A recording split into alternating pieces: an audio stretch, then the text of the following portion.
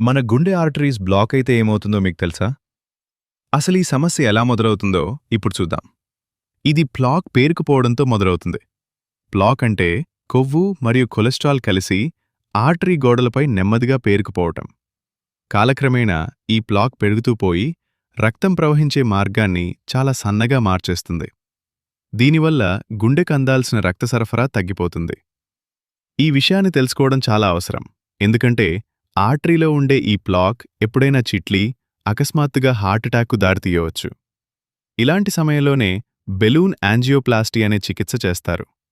ఇందులో ఒక సన్నని క్యాథెటర్ను బ్లాక్ అయిన ఆర్టరీ వరకు పంపి అక్కడ ఒక చిన్న బెలూన్ను ఉబ్బిస్తారు. దీనివల్ల ఆ అడ్డంకి పక్కకు నెట్టబడుతుంది. ఆ తర్వాత అక్కడ స్టెంట్ అనే ఒక చిన్న మెష్ ట్యూబ్ను అమర్చుతారు. ఇది ఆ ఆర్టరీ మళ్లీ సన్నబడకుండా సపోర్టుగా ఉంటుంది. దీనివల్ల రక్త ప్రవాహం వెంటనే మెరుగుపడి గుండెకు ఆక్సిజన్ సరఫరా మళ్లీ మొదలవుతుంది.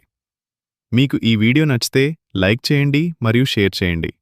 మరిన్ని హెల్త్ టిప్స్ కోసం న్యూట్రిషన్ బైట్స్ బై ఎస్ఎస్ను సబ్స్క్రైబ్ చేసుకోండి.